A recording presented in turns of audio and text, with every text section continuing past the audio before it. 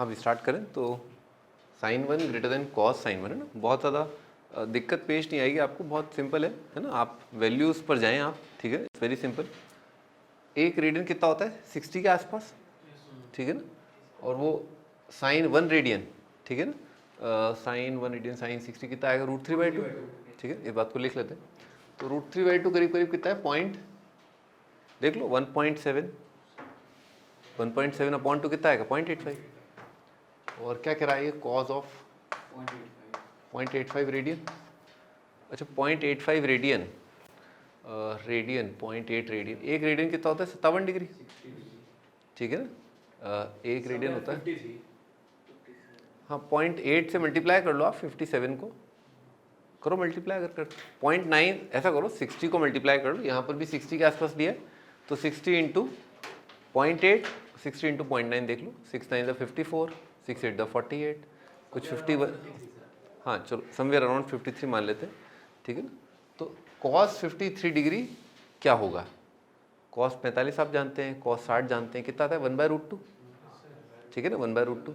तो ये नंबर 1/√2 है और ये √3/2 है, तो कौन बड़ा, √3/2 बड़ा है ना, बस हो गया प्रूफ।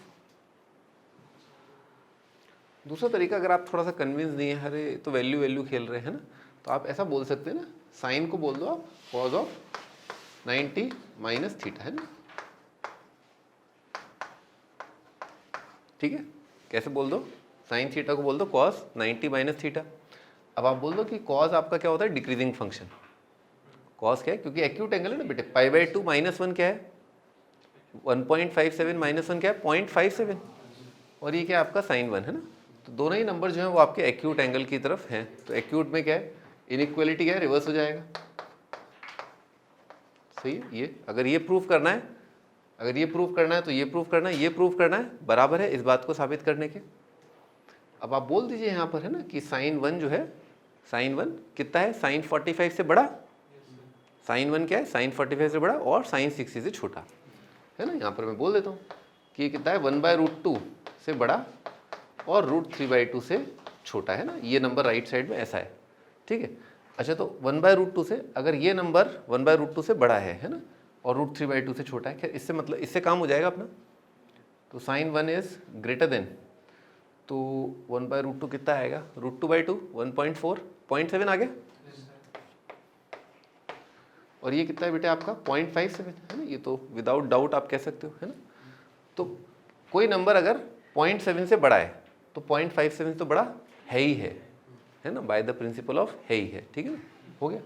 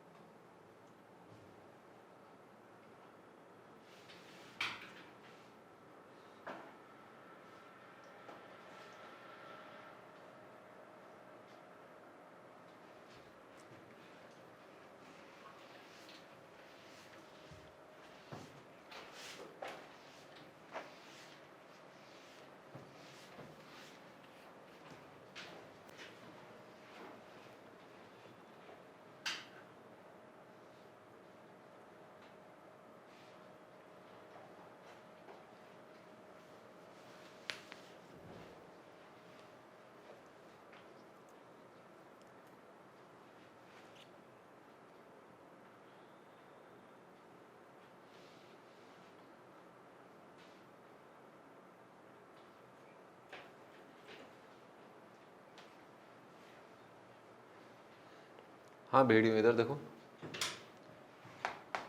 अगर इसको बराबर प्रूव करना है, यानी कि इसको 0 प्रूव करना है,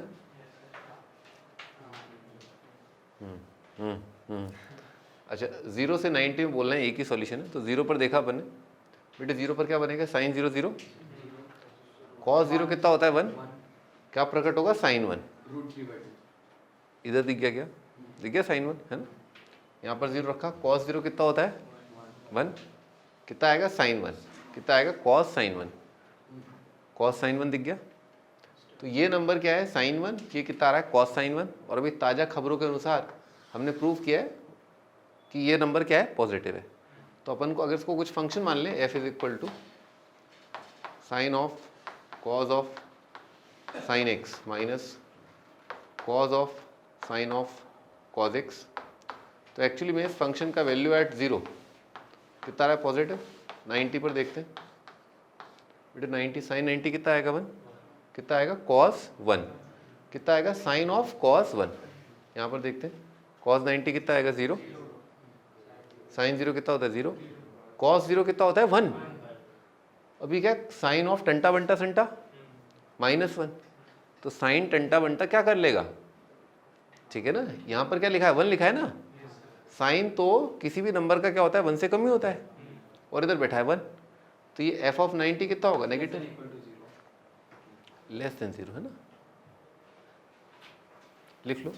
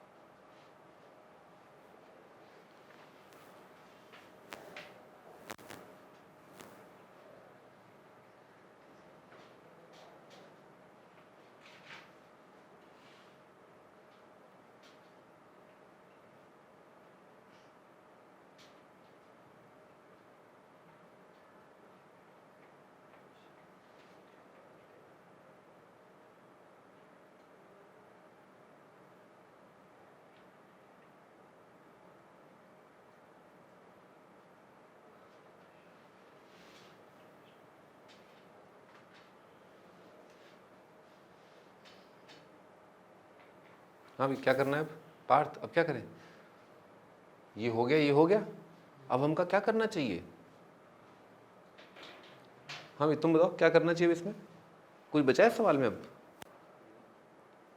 इस सवाल में कुछ बचा है क्या,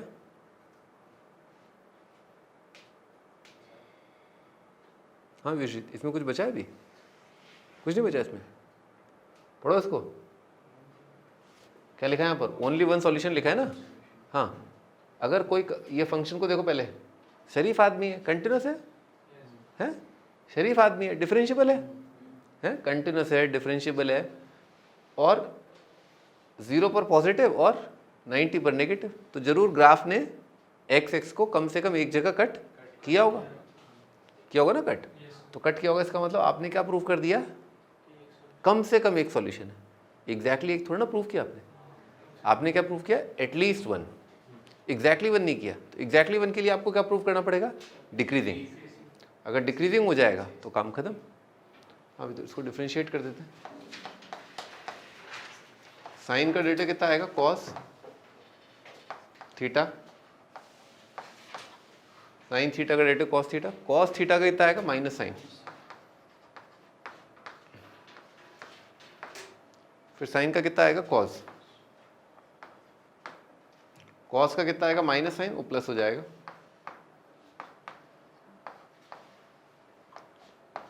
ठीक है, कॉस थीटा का माइनस साइन थीटा, फिर साइन थीटा कितना आएगा cos theta, cos of cos x, फिर कॉस एक्स का कितना आएगा माइनस साइन, ठीक है ये आएगा। ओके ये क्वांटिटी क्या है पॉजिटिव है, ये क्वांटिटी क्या है पॉजिटिव है, ये क्वांटिटी पॉजिटिव है, थोड़ा सोच लो, क्योंकि ये नंबर क्या रहेगा आपका 0 से 90 भटकता रहेगा, जो भी होगा 0 से 90, 0 से 90 एंगल एक्यूट एंगल, 0 से 1 जो है वो क्या रहेगा एक्यूट एंगल, 0 से 1 रेडियन, उसका कॉस भी क्या होगा एक्यूट, उसका कॉस भी क्या होगा, एक्यूट एंगल। समझ में आ रही बात, 0 से 1 रेडियन क्या है, एक्यूट एंगल, उसका कॉस उसका साइन क्या आएगा, एक्यूट, है ना, रेडियन की टर्म में एक्यूट चलेगा। तो ये सब क्या है, पॉजिटिव। अगेन सेम फंडा, 0 से 1 के बीच में नंबर है, वो एक एक्यूट एंगल का काम कर रहा है, उसका साइन क्या आएगा, पॉजिटिव। पॉजिटिव यहाँ पर कितना आ रहा है बेटे, माइनस, बाकी सब प्लस, यहाँ पर ही माइनस। तो ये नंबर भी नेगेटिव, ये पहला एक्सप्रेशन यहाँ से लेकर के यहाँ तक ये पूरा नेगेटिव, और ये पूरा वैल्यू कितना है, नेगेटिव। नेगेटिव प्लस नेगेटिव क्या आएगा, नेगेटिव, यानी कि डिक्रीजिंग फंक्शन, हेंस प्रूव्ड। एक कंटिन्यूस डिफरेंशिएबल फंक्शन है, 0 पर पॉजिटिव है, 90 पर नेगेटिव है और डिक्रीजिंग है, तो ज़रूर उसका एग्जैक्टली एक रूट होगा। बेटे काम आई ना, 0 में काम आ गई ना, 0 पर वैल्यू जो है पॉजिटिव है, इसमें काम आ गई ना। वो तो काम है, वो sin 1 greater than cos of sin 1, वो क्या? अरे वही तो काम है, बोलते रहा हूँ, 0 पर काम आई ना ये। सर वो f तो of आपने sin of cos of sin x में रख के देखा ना, 0 वहाँ से आया। अच्छा इसकी बात कर वो रहा हूँ। आया। हाँ हाँ, अभी ये पूछता मैं कि भाई ये थेनोस आया फिर वो कैप्टन अमेरिका आया तो याद रहता, ठीक है ना, पर ये ना पहले वो इनइक्वालिटी आई, फिर फंक्शन का वैल्यू एट 0 पॉजिटिव आया, ये याद नहीं रह सकता, इतना तो दिमाग नहीं लगा सकते अपन ना। पर वो पूरी सीरीज जो है मार्वल की, पूरी सीरीज, मतलब पहली मूवी से मुझे अब तक का याद है। सर आप पूछो ना, कहाँ से पूछना है आपको, उसके बिना तो मेरा मन ही नहीं लगता ना। देखो भी अगला टाइटल है, अगला टाइटल है रोलेस।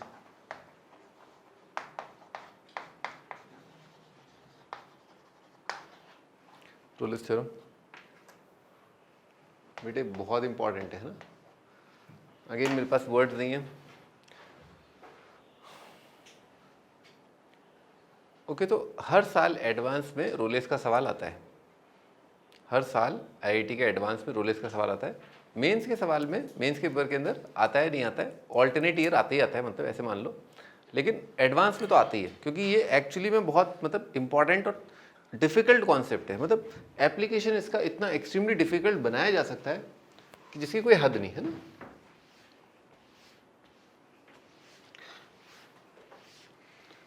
पर अपने लिए तो सब इजी है, क्योंकि अपन क्या एमओडी पढ़ चुके हैं, इंटीग्रेशन पढ़ लिया, डेफिनेट पढ़ लिया, है ना, टेंजेंट नॉर्मल पढ़ लिया, तो अपने को इतना मुश्किल नहीं आएगा, है ना। अपन शीट वीट सब लगा के रखे हुए हैं अपन, है ना। देखो Rolle's, if f satisfies, if f satisfies,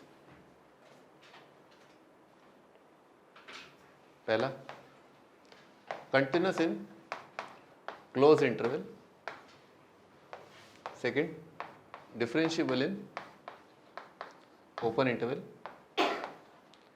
और ए और बी पर फंक्शन का वैल्यू बराबर, फंक्शन का value at a is equal to function का value at B.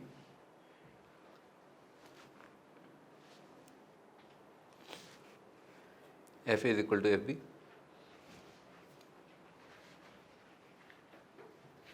Then there exist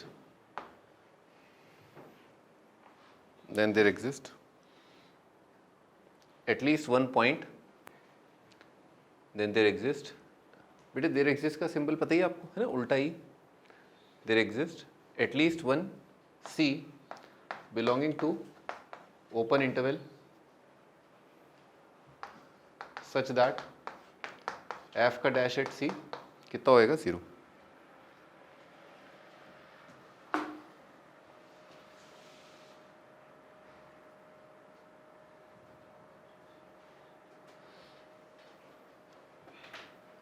आइए पहले तो इसको, अरे बातें नहीं, हाँ पहले तो अपन इसको महसूस करते हैं, क्योंकि बहुत इंपॉर्टेंट है, और अगर आप इसको महसूस कर लेंगे तो आप ऑप्शंस बहुत आराम से एलिमिनेट कर पाएंगे। If you feel it you can eliminate options, ठीक है, जो कि बहुत इंपॉर्टेंट है मेंस में और एडवांस में भी, मतलब ठीक। तो बेसिकली कह रहा है कि फंक्शन जो है उसका ग्राफ बनाया गया है बिना पेन उठाए, ठीक है ना, किस इंटरवल में, क्लोज इंटरवल में। तो पॉइंट से स्टार्ट किया और पॉइंट पर ख़त्म किया है, ठीक है। ओपन इंटरवल मतलब आप जानते हैं ओपन इंटरवल के मायने क्या हैं, ठीक है ना, और आपने ओपन इंटरवल में ग्राफ बनाया और कहीं पर भी आपने टुड़ुक नहीं किया है। टुड़ुक मतलब शार्प कॉर्नर नहीं है ना, एकदम से ऐसा नहीं है कि मैं यूँ जा रहा हूँ और 90 डिग्री पर टर्न ले लिया, ठीक है ना, ऐसा नहीं है। और इनिशियल डिस्प्लेसमेंट फाइनल डिस्प्लेसमेंट क्या है, सेम। अच्छा, अगर एफ एक्स का graph F Y axis X axis पर प्लॉट किए ग्राफ पर जो स्लोप होगा वो क्या होता है, वेलोसिटी। यानी कि अगर इनिशियल डिस्प्लेसमेंट और फाइनल डिस्प्लेसमेंट बराबर है तो कम से कम एक बार वेलोसिटी कितना होएगा, ज़ीरो होएगा। क्या कह रहा है ये, इफ़ फाइनल डिस्प्लेसमेंट और इनिशियल डिस्प्लेसमेंट सेम है तो वेलोसिटी कम से कम एक बार ज़ीरो आया होगा। अच्छा, इसका मतलब ये हुआ कि अगर मान लो मैं अपने घर से निकलूं और लौट के वापस आ जाऊं तो मेरा डिस्प्लेसमेंट ज़ीरो। तो ऐसा हो नहीं सकता कि मेरी स्पीड कभी, मतलब वेलोसिटी कभी ज़ीरो ना हुई हो। ऐसा हो सकता है क्या? इज़ इट पॉसिबल मैं वहीं back to the same point आ जाऊं और स्पीड कभी ज़ीरो ना हो, वेलोसिटी? हो सकता है ऐसा? आइए देखते हैं इसको। तो ऐसे एक मोटा मोटा ग्राफ बना रहे हैं। ये बेटे पॉइंट है ए, यहाँ पर वाई कोऑर्डिनेट भी, यहाँ पर एक्स कोऑर्डिनेट भी, और वाई कोऑर्डिनेट क्या है, ए और बी पर वाई कोऑर्डिनेट सेम। आपने क्या करना है, यहाँ से आपको स्टार्ट होना है और यहाँ पर आपको ख़त्म करना है, और क्या करना है आपको, यहाँ तक पहुँचना है। ठीक है? क्या ऐसा हो सकता है कि कभी भी टेंजेंट लाइन का स्लोप कर्व पर ज़ीरो ना आए? हो ही नहीं सकता। आपको टर्न लेना ही पड़ेगा, घर आने के लिए आपको टर्न लेना ही पड़ेगा, और जैसे ही आपने टर्न लिया सट वेलोसिटी ज़ीरो। अगर आप यूँ करते हुए घर पहुँचे तो अगेन सट वेलोसिटी ज़ीरो। और अगर आपने बहुत थोड़ा घूम फिर के आगे, चलो यार इधर चलते हैं उधर चलते हैं ना, तो भी क्या है आपका, कई जगहों पर वेलोसिटी कितना आएगा आपका, ज़ीरो आएगा। तो C belongs to A to B. हाँ, तो स्पीड होती है ना उसमें, तो वेलोसिटी कहाँ होती है? वो तो हर पॉइंट पर चेंज हो रही है ना velocity.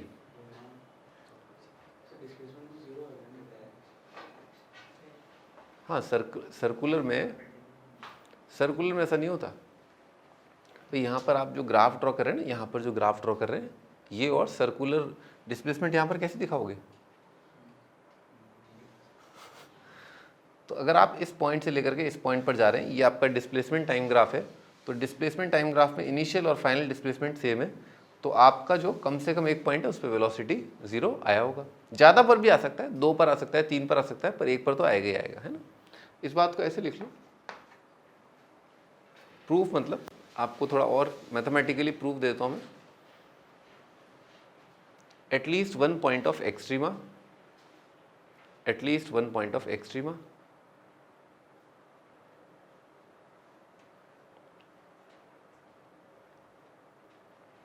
Second, always constant, at least one point of extrema, एक स्टेटमेंट लिख लो।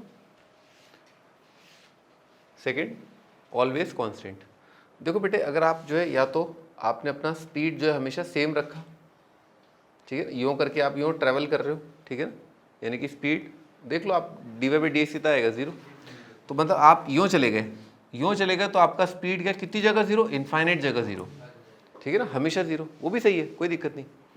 और अगर आप हल्का सा भी ऊपर नीचे गए, अगर आपका ग्राफ हल्का सा भी ऊपर नीचे गया तो आपको कम से कम टर्न तो लेना ही पड़ेगा ना, वापस वहाँ आने के लिए आपको टर्न लेना पड़ेगा। यानी कि एक्सट्रीमा का मतलब क्या होता है, या तो मिनिमा या मैक्सिमा। कहीं पर भी मिनिमा या मैक्सिमा आया और आपका डेल्टा कितना आ जाएगा, ज़ीरो आ जाएगा। लिख लो, आगे लिखो। क्वेश्चन कैसे आते हैं इस पर?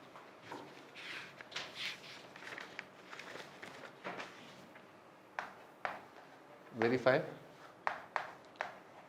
Rolle's for fx is equal to x into x plus 3 e की पावर -x/2, इंटरवल है -3 से 0, fx दे रखा है sin x अपॉन e की पावर x, 0 से पाए, x³ -3x² plus 2x plus 5, interval दे रखा है 0 से 2, 1 - x की पावर 2/3, एक्स का वैल्यू क्या, -1 से लेकर के 1, मॉड एक्स का क्यूब -1 से लेकर के 1।